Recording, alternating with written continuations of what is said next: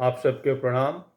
आज हम बसंत पंचमी के अवसर पर कविवर धरेक्षण मिश्र जी के एगो लिखल सरस्वती वंदना प्रस्तुत करे जातानी। सुनी सब है।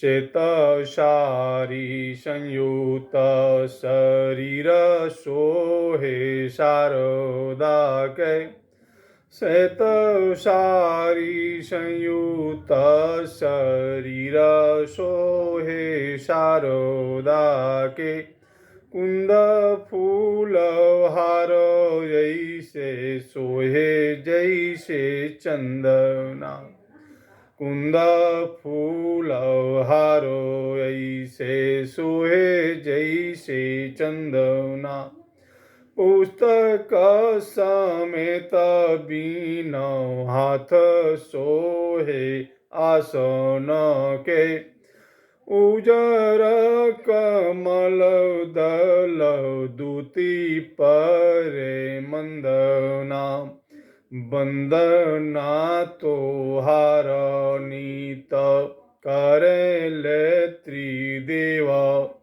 हम कैसे करी वंदना बनावे आवे चंदना, कैसे करी वंदना बनावे आवे चंदना, वंदना कैल बाकी वंदना करबी हम, वंदना कैल बाकी वंदना करबी हम, वंदना करबी जबले सुनबो न वंदना, वंदना करबी जबले सुनबो न वंदना।